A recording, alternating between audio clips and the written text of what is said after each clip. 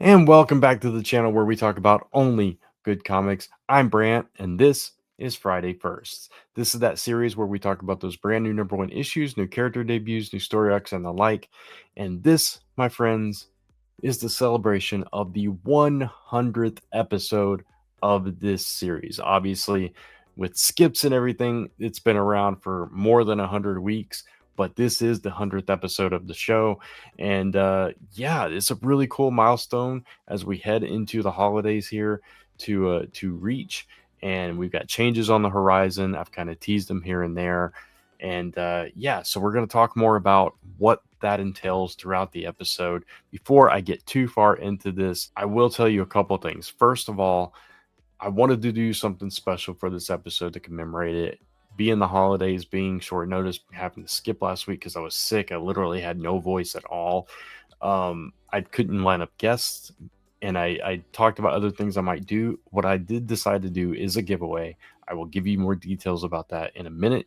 But I also want to let you know about another show that's very similar to this called First Issue Fridays by my good friend and co-host on Comic Book Weekly, Mike Spiderslayer, over on his channel, Comic Book Corner 2.0. He does it every Friday as well. That show is about to end. There's a video that's going to be released soon. It might be coming out today on his channel talking about what's coming instead. But if you want to check out past episodes or this week's episode of First Issue Fridays, he goes on the same site that I use, League of Comic Geeks, and he scrolls through all the first issues, shows the variant covers, preview pages, and stuff. It's a really fun time. So go check out that show over on Mike's channel as well, and all of his other content. So what I decided to do was a giveaway, and what I'm thinking for the giveaway, it's not completely solidified yet what I'm giving away, but what I've decided, I think, is a Marvel trade, a DC trade, and an indie trade. And for the indie trade, what I can tell you is that that portion is going to be Exquisite Corpses Volume 1 from Image Comics, written by James Tynion IV. This is a series that Mike and I over on Comic Book Weekly have been raving about. I think it's 13 issues, so it's about halfway done. But this first volume is 144 pages. It's basically these rich people gather together one year, pick a small town, they contain it, they block it off, and they release, each one of these powerful families release killers into this town, and all the residents of the town are free game, and the winning family gets control of basically the world every year, for a year. At the end of, and this has been going on for decades and that kind of thing. It's action heavy drama, gore, all that kind of stuff. It's not usually my type of thing, but for some reason this book is just fun. It's exciting. I like this. I also like stuff like The Purge. So it's just, it falls into that kind of gray area for me when it comes to horror kind of stuff. So, or slasher stuff, whatever you want to call it, whatever you want to classify this as. But Exquisite Corpses Volume 1 is the indie offering. And whatever I end up giving away, I'm going to try my best to get it out before Christmas to the winner. So just in case you want to use it as a gift.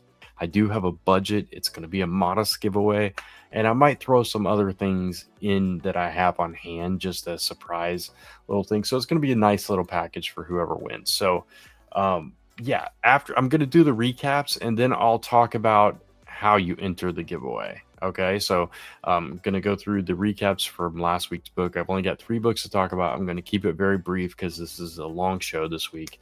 And then I will give you the details on how to enter this contest. Okay, so the first book we're going to talk about is X-Men of Apocalypse, issue number 1. This is all about, this takes place right after the Age of Apocalypse storyline. X-Man Nate Gray has crossed over. He's in the main Marvel universe now. So a team of X-Men, including Gambit, Forge, Sabretooth, Wild Child, and say more. It feels like there's one I'm missing, but anyway, that's the group of X-Men that pop up in this reality. They have and Blink, and I can't believe I forgot Blink. She's my favorite character from that entire crossover event.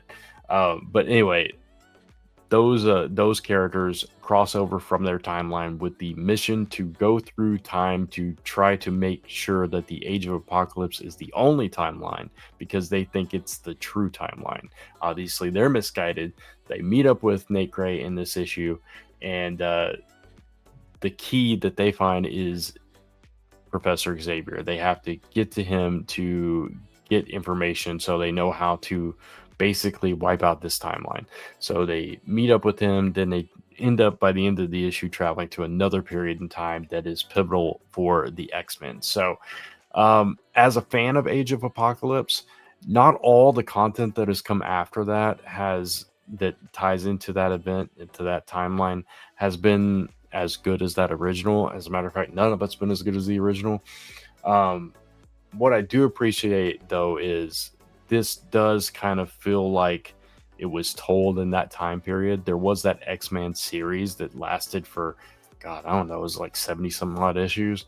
So it feels like it's tied to that. It feels like it belongs there, and in that vein, it felt like I was reading that classic material. I mean, you have Jeff Loeb writing this, so it made sense.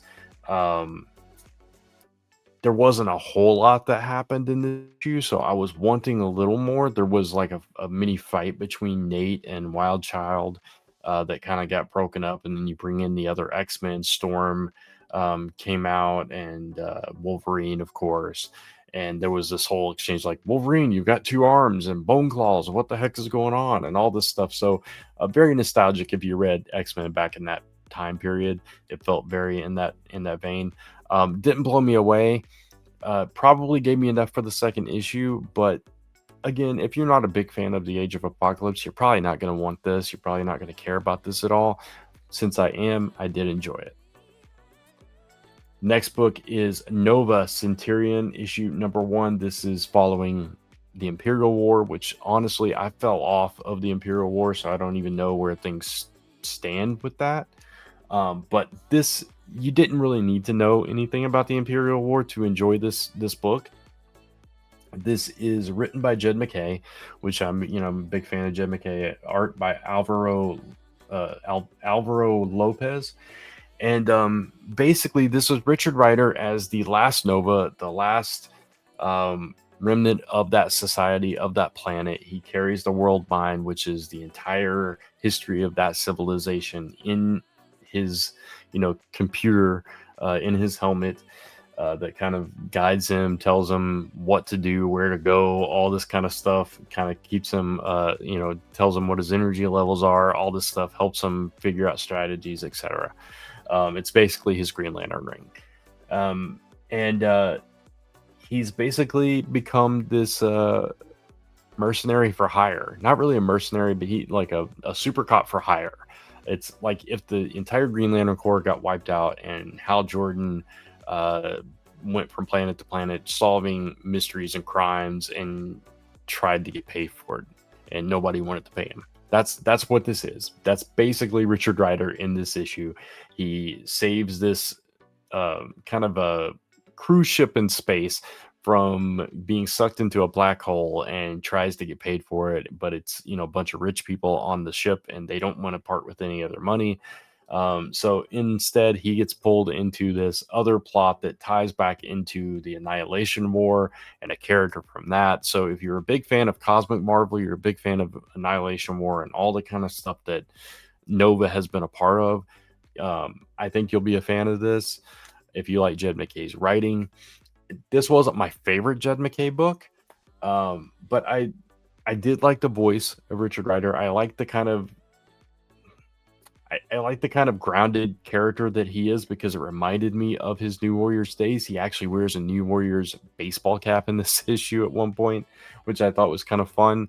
But yeah, it's like the levels that he had achieved, and he kind of touts all his accomplishments in this issue at one point. The level of notoriety that he had achieved, all that he had done, he had become like this major character, right? And now he's kind of downtrodden because he's the only Nova left, and nobody really cares about the Nova Corps anymore, and all this stuff. And he's just kind of wandering through space, trying to get by. And I like that aspect of it. And then the people that he has to work for and who he has to face, all of that kind of, again, it's higher than his pay grade, right? And all this stuff. So it sounds fun. It kind of reminds me a little bit of Guardians of the Galaxy, a little bit of Firefly, that kind of vibe a little bit. But we'll see where it goes. I don't know. I need a little bit more to keep me on the hook for this book, but so far, so good. All right, and the last book I'm going to talk about is the Spider-Man Holiday Spectacular. This is written by Rainbow Rowell, who you guys know I'm a fan of from Runaways, and I actually bought a few books of hers that I have not read yet. I think I mentioned them a few weeks back, but still on my list of stuff to read. I want to check it out. I've never read her prose. The art here is by a bunch of artists, including Paco Medina, Luciano Vecchio, Nathan Stockman, and Bob Quinn. So you know the art is solid through this. This was such a fun time. I love this book. It's basically Spider-Man. He's looking forward to spending the holiday with Aunt May, but Aunt May gets to go on a cruise instead. And so Spidey, who is currently at a gathering with the Thing and a bunch of other characters, he's kind of sad that he doesn't get to spend the holiday with Aunt May. Ben Grimm, picking up on this, kind of passes the word, and throughout this issue you see a bunch of heroes inviting Spider-Man to their gatherings, and he gets to hang out with the X-Men. He gets to hang out with different people in different situations, and it's just a fun time. And ultimately he learns that it wasn't a pity thing. It was that they actually really wanted to spend time with Spider-Man, which was really fun and really cool and really nice for Peter, who got to experience the good side of the Parker luck instead. And he does eventually get to hang out with Aunt May, which was nice to see as well. There's also a beautiful, like, 2-page spread where you see all these heroes, and you see Firestar, Human Torch, and Iceman standing together, which was kind of fun. A nod to both versions of Spider-Man and his amazing friends. And you also had, while Firestar standing there, you had Justice from the New Warriors standing over to the side, kind of side-eyeing, looking at Firestar out the corner of his eye. Of course, there's history there. So there's a lot of little Easter egg moments in that collage of people. It was just a fun time. If you like fun palette cleansers, nice, light, holiday themed adventures for your heroes, definitely should check this one out. All right, that's all the recaps for this week. So going back to the giveaway, if you want to be entered into this giveaway, it's very simple. Comment on this video. That's it. You don't even have to, say a secret word or anything. Just leave a comment on this video below, and you will be entered in the draw for this giveaway. I will pick the winner by next Friday. There's not going to be an episode next Friday of the show. I will make a community post on the community tab, or the post tab, whatever it's called, on the channel, announcing the winner. And then I will get with the winner, or I'll leave a way for the winner to contact me to give me their information so I can get these shipped out to them before Christmas. So that's all. Just leave a comment below if you want a chance to win this giveaway. It's going to have a Marvel, a DC, and Exquisite Corpses, and maybe a few other things that I just throw in for fun. It's going to be a nice little package, just as a thanks from me to you, for all your support, for your viewership, for your kind words, and all of that. For anybody that has followed me over here from Comic Book Weekly, that has followed me over on TikTok, from whatever, if you are the first time viewer of this show today, because you saw the word giveaway, I appreciate you as well. And this is just my way of saying thanks. So thank you. All right.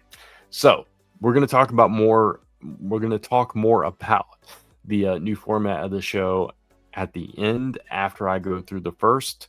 But for now, let's get into those honorable mentions. All right. The first 3 honorable mentions are holiday specials as well. So I thought I would throw up my holiday special graphic for this one. So the first one is DC's I Saw Ma Hunkel Kissing Santa Claus. Obviously, if you're a fan of holiday specials, this is the DC one for this year, and it seems like a fun time. You've got Steve Orlando, Dave Baker, Ashley Allen, Ash Padella, Nathan Kyanan, Marley As Glacier. I'm butchering some of these, I'm sure. And Sebastian Bader writers in this. Obviously, it's going to be an anthology style thing. On art duties, you've got Riley Rossmo, Anthony Marquez, Michael Schaefer maybe, Nicola Gu, and Bruno Abdias. Should put my glasses on because I'm having a hard time seeing some of these. But anyway, these are all the artists involved. Obviously, it's going to be a bunch of comical holiday tales featuring DC characters, and if the title is any indication, maybe some more obscure characters at that. Next up, we have Images, specifically Spawn. This is I Saw Santa, a Spawn universe Christmas story. This is written by Chris Killian and Andrew Sanders with art by Thomas Nachlik. And it says Santa gives presents to the good kids and a stocking full of coal to the bad ones. But what happens when one disturbed child takes offense to Santa's gift of coal and makes it his life's mission to torment jolly old Saint Nick for the rest of his life? So yeah, this is a Sam and Twitch story. If you're a big Spawn fan and again into the holiday stories, check this one out as well. Next up from Dynamite, we've got Vampirella Holiday 2025 special. I Saw Vampy Biting Santa Claus. And this is written by Frank Thierry with art by Mariano Benitez Chapo. So again, fan of the holidays, fan of Vampirella, check this one out. All right, so our last honorable mention is not a holiday special, but it is BRZRKR, The Bleeding Tide. Can quell the bleeding tide. When the captain follows a strange heartbeat into the depths of the ocean, she finds a box chained in irons and the deformed mass of legendary warrior B inside. Now awakened, he must jump into battle to defend the crew from an ambush of C despite rising concerns. This is written by Marjorie Liu and Keanu Reeves, of course, with art by Gary Brown. So if you're a BRZRKR fan, definitely want to make you aware of this one. And with that, we're going to get into those first issues. All right, first up, we have Devil on My Shoulder, issue number 1. This is from Dark Horse, written by Kyle Starks with art by Piotr Kowalski. Something terrible has happened. For 40 days, she was tortured by 5 men and left for dead. But will she get her revenge on each and every one of them? And will it be bloody? An event that takes her on a strange and violent supernatural path to payback through bizarre encounters with ex-hitmen, sadistic art enthusiasts, and literal devils. So this is a 4-issue miniseries horror genre, and the cover looks pretty striking to me. I think that sounds like a pretty interesting concept. So yeah, that sounds pretty cool. Kyle Starks, if you're not familiar, did Those Not Afraid. Kowalski did Let This One Be a Devil. These are both recent releases from Dark Horse, I believe. Definitely recent releases at the very least. So yeah, for me, I'm gonna give this one a potentially good. And yeah, let me know if you check this one out. Next up from Distillery, we have Galactic issue number 1.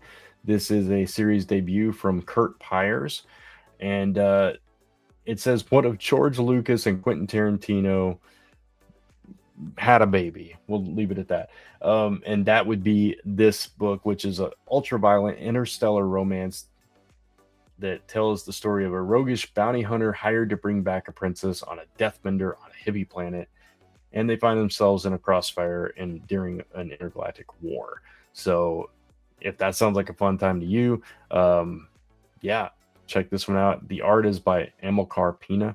So if you're familiar with them, don't know. I assume, let's see, is that the cover art? Yes, that's the cover art. So this would be the art style you're going to get in the book as well. Remember that Distillery has an oversized format, so just be aware of that. This is an $8.99 book for 48 pages for $8.99 magazine, perfect bound. I don't check out a whole lot of Distillery books, but I'm a huge Star Wars fan. I like Saga. Those are a couple of the things that they mention here. Sounds kind of interesting to me. I don't know if I'll pick this one up, but I'm gonna give it a potentially good for now. And yeah, there you go. That is Galactic. Next, from Ignition Press, we have Arcadia. This is written by Roy and Inaki Miranda with art by Inaki Miranda. This takes place in the future. Humanity is vanished, and what has risen in the remnants of that is this new life form of artificial beings born from this kind of mysterious chrysalis that is of a technological origin, and they are known as super dragons. Each one carries a pearl, which is kind of a core of their consciousness, contains their consciousness, their memories, their soul, all that stuff. And it's focusing on this character that is named Halu. He's a Serent born late, emerging from a forgotten silo. And he's rescued by this scavenger who's obsessed with remnants of the past. So it sounds like it mixes a little bit of sci-fi with silo, the kind of dystopian silo. Definitely science fiction tale. Yeah, so sounds interesting. Let's see. Soon after, Halu meets Fix, a practical, strong, and luminous young mechanic who awakens something deep within him. And in this world of ruins and dangers, they search for meaning, connection, and a reason to endure. And that sounds pretty interesting. I mean, Ignition Press has been doing some really interesting books. I've only checked out one of them so far, but everything I've heard about their books has been very positive. And this one sounds positive. The art style is kind of interesting. The concept's very, very interesting. Piques my interest for sure. So yeah, I'm gonna give this one actually a promisingly good. I'm curious to check this one out, and hopefully I can get my hands on this. And yeah, let me know if this sounds like something up your alley, if you're gonna check it out, or what you think of it. Yeah. From one Arcadia to another, we've got Batman Green Arrow The Question Arcadia issue 1. This is from DC Comics Black Label and has no tie whatsoever to Ignition Press's Arcadia. This seems like a very kind of dark noir type of story here. We've got this city called Hub City.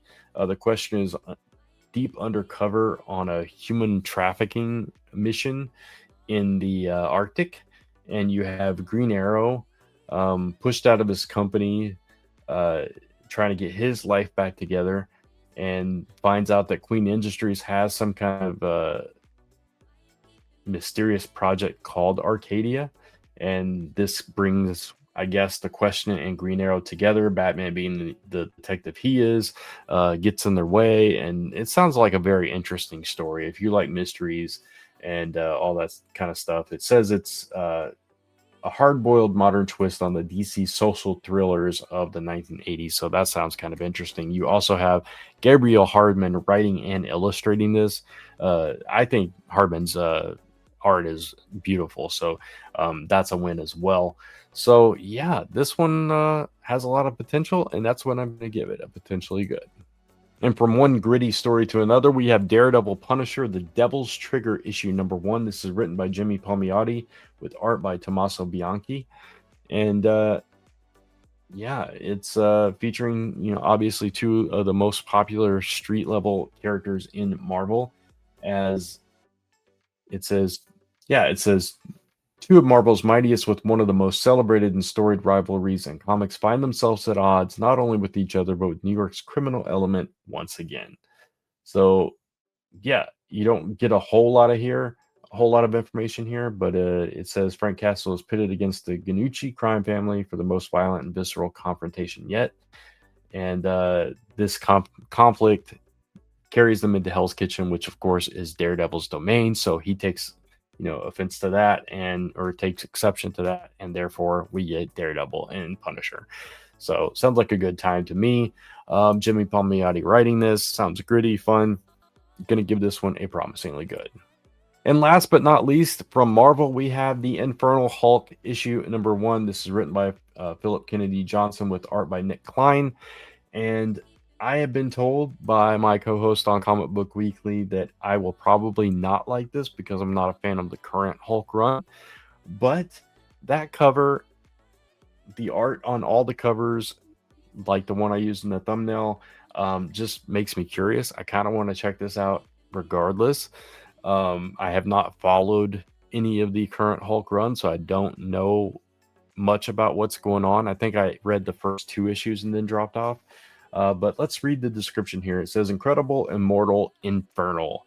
The evil known as Eldest has literally torn Bruce Banner and the Hulk apart and taken the Hulk's body as their own. This new unstoppable Infernal Hulk is 10 times the monster that everyone always feared Hulk would be. Their diabolical plan is to plunge the world back into ancient horrors by transforming our heroes into nightmarish beasts.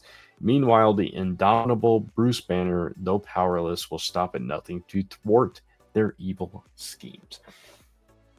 Even though I have not been a fan of the previous stuff, I did not read Immortal Hulk either. I am actually interested in this. I'm very curious about it. So I am going to try this one out. And I'm actually going to give this one a promisingly good because the concept and the art actually won me over that much. So we'll see. I'm going to go into this with an open mind and hopefully I will be blown away and really enjoy the story, but time will tell. But for now, it's a promisingly good for me.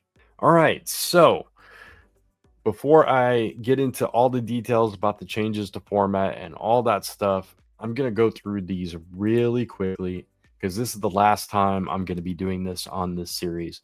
That's just a little teaser. All right, so other books that I am anticipating. Battle World #3. The reason that I'm anticipating this is because we got a cross-gen character in the last issue.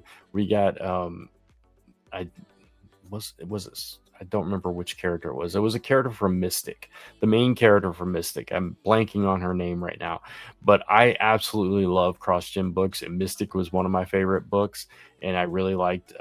Is it Giselle? I think it was Giselle. Yeah, I liked seeing her. We don't get the cross-gen stuff since Marvel. I mean, they put out a couple of things here and there, but they don't really care about it. Unfortunately, I wish somebody that was passionate about those characters would come in and try to do something with them.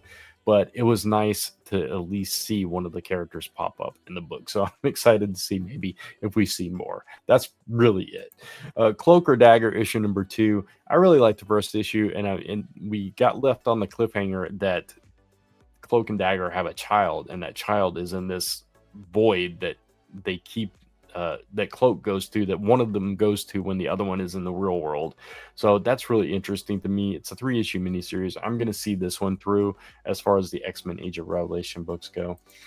Black Cat #4. It's just been fun. This whole series has been fun. I really enjoyed it, and now Black Cat is caught in a trap. Yeah, so I'm all there for that one. Geiger issue #18. We're asking the question, can Geiger die? And that should be enough to kind of want you to see what happens in this, because it seems like somebody's going to try, and we'll see what happens with that. Another issue #18. We've got Feral. As last issue, Lucky took over the pet store. We're going to have to see where that goes, if they are able to get out of this predicament or not. Supernatural issue #2. I loved the first issue. It felt like an episode of the series back in that time period. I know there was some confusion about when it took place because the way season 1 ended and the way season 2 began, it was basically, there was no time gap in between, even though that's where this is said to take place. So it's kind of, you just kind of got to suspend your disbelief a little bit there. But yeah, I'm looking forward to seeing where they go. They're in Vegas this issue, so we'll see what happens. Superman #32, tying into DCKO. This book, even without DCKO, is fantastic. It's been fantastic since issue 1.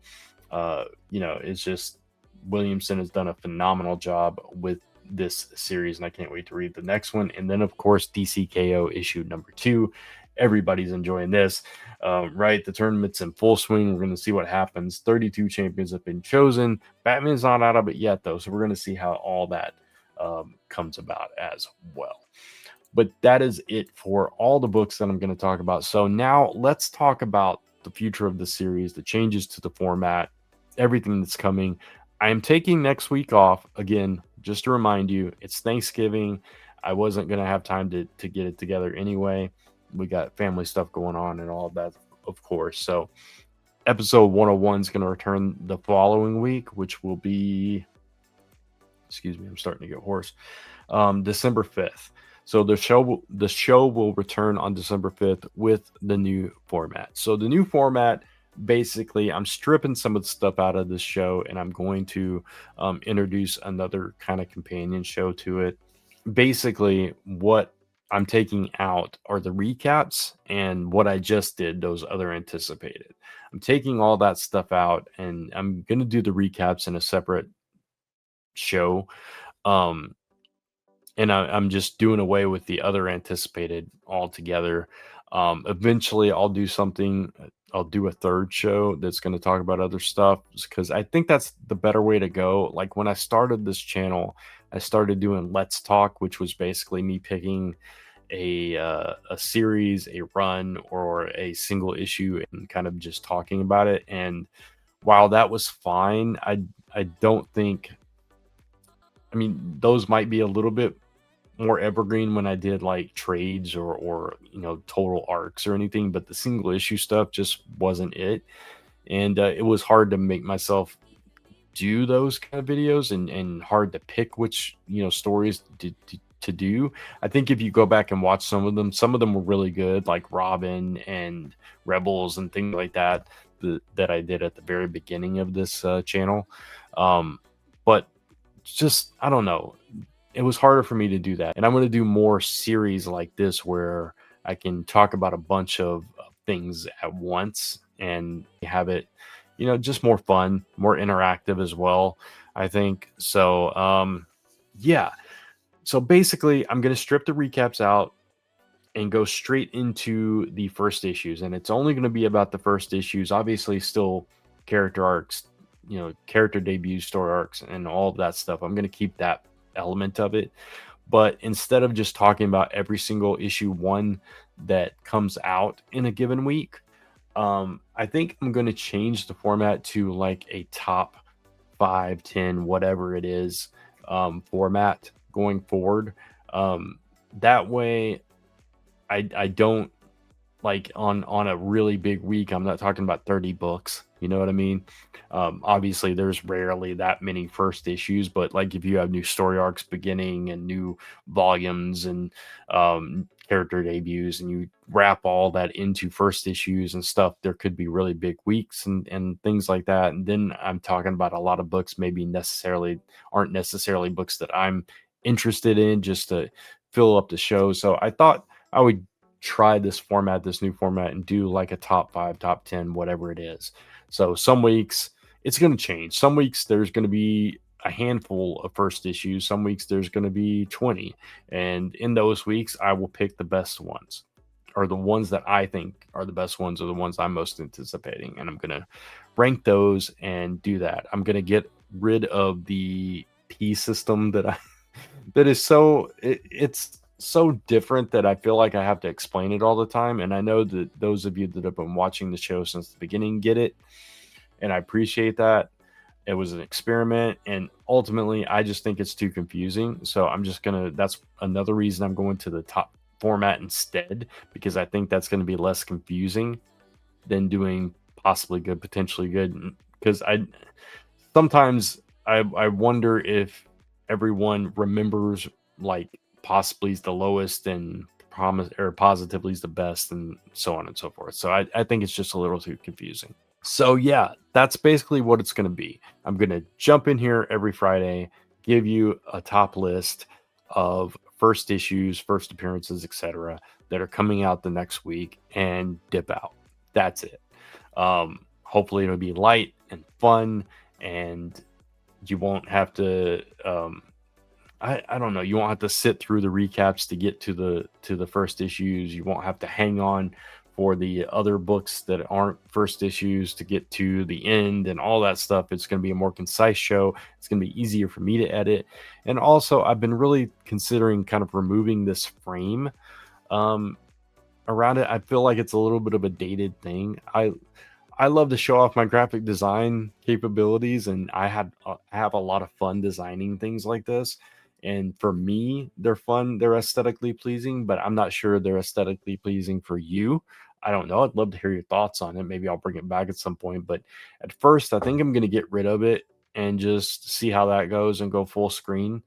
Um, and yeah, we'll play around with it. It'll probably change over time as well. But we'll see what you think about the new format and if you like that. If you like it being separated into different shows, um, the other show again is going to be kind of a companion piece.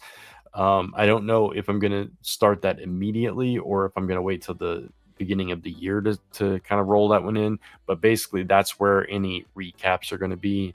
Mike Spider Slayer does a show called Worthy Ones over on his channel.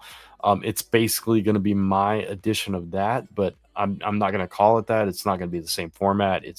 But I will be talking about these books and maybe other books. It may just be my thoughts on the week's books in general. I haven't really decided yet if it's just going to be the first issues or if it's going to be all of them. So I'm still toying with that. But as far as this show goes, that's what it's going to be. It's going to focus solely on those first issues for the next week. And I think that's what the show is promised to be anyway. But I'm curious if that's a direction you want me to go. And I would love to hear your thoughts, hear your comments. If you're excited for the new direction, the new format, or if you prefer it like this. I'm going to try it out like that. I'm going to see how views and all that stuff go. If everyone's liking the new format better, I'm going to give it, several weeks and see, what the difference is, compare the two, and make a decision from that. But at least through the end of the year and into the beginning of the new year in 2026, it will be this new format, so I can test that out. So anyway, that's what's going on. Remember the giveaway. Leave a comment below. You will be entered, and then keep your eye on that community post section. Next Friday, I will announce the winner of that contest and who will get the giveaway. And hopefully by then I'll figure out what I'm actually giving away besides Exquisite Corpses Volume 1. Again, it will be a DC and a Marvel and then some other random stuff that I throw in as well as a thank you to all of you. So thank you again. I know it's kind of a low-key celebration for the 100th episode, but this is what you get before the holidays set in. This was what I was able to pull together on short notice because the 100th episode kind of crept up on me. And having last week where I was sick, it kind of threw things off in trying to set up anything for this show. And I was asking people, and people are so busy, nobody could really get back with me in time to generate some ideas and stuff. So I thought, I'll just do a giveaway. I'll talk about it. And again, I do want to thank every single one of you once again. Whether you watched the show for 2 minutes and turned it off, or you watched it all the way through for weeks on end, I appreciate you. I appreciate every single one of you that have followed me over here from Comic Book Weekly. If you followed me from other content that I've done in the past, from podcasts, from sites that I've worked on, whatever, if you're a fan of my comic work, my lettering work, whatever the case may be, I appreciate you. I do this show for the fun of it, but it's not as much fun if you don't have people interacting with you, people that are enjoying the content, right? So if you're enjoying this, I'm enjoying doing it, and we're all happy, right? So again, thank you for those that celebrate. Happy Thanksgiving. Have a wonderful time with your family and loved ones, or whatever you choose to do to celebrate it. And yeah, if you like this video, please give it a thumbs up. Consider hitting that subscribe and notification bell so you don't miss any of the content upcoming in the new year, especially as I expand the channel. And of course, you can follow me across social media at Only Good Comics, or type in onlygoodcomics.com to take you right back to this YouTube channel where we talk about only good comics. Until next time, thanks for watching. Take care. Keep reading those comics. Leave a comment below to enter that giveaway, and I'll see you soon. Bye. And welcome back to the... Nope, take two. This is that series where we talk about those brand new #1 issues. God, I gotta start. Take three.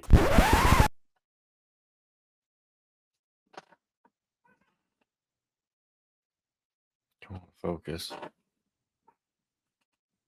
God, I'm gonna start this whole show over again, I think. At the 5-minute mark, I'm just starting this whole thing over from scratch.